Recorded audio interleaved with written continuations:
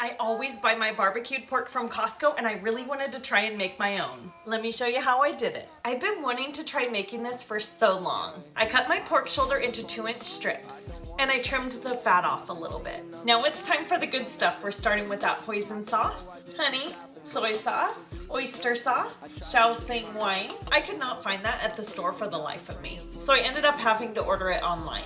I live in a small town, so we don't have an Asian market nearby, but if you do have one, you can probably find it there. Dark soy sauce, brown sugar, Chinese 5-spice, garlic powder, white pepper, sesame oil. This might be a little controversial, but you can add red food coloring. You certainly don't have to, but I kind of want it just to have that red look about it. I'm just going to use a couple of drops. Now we got that all mixed up, and I reserved 1 tablespoon of that marinade so that we can use it to make a glaze tomorrow. And we want to store this in the refrigerator. I have my pork in a Ziploc bag, and I'm just going to pour that marinade right in. We're going to store this in the refrigerator, and you want to kind of move it around and make sure it's all getting marinated. You really need to marinate this for 16 to 24 hours. Believe me, it's worth it. It's time, you guys. It's been 23 hours and it's time to get this in the oven. Oven's preheated to 475 and this has been sitting on the counter for 30 minutes. I have a foil-lined broiler pan, but you can use a cookie sheet with a wire rack over it, but you want to make sure you put that foil on the bottom. I'm pouring 1.5 cups of water in the bottom of that pan.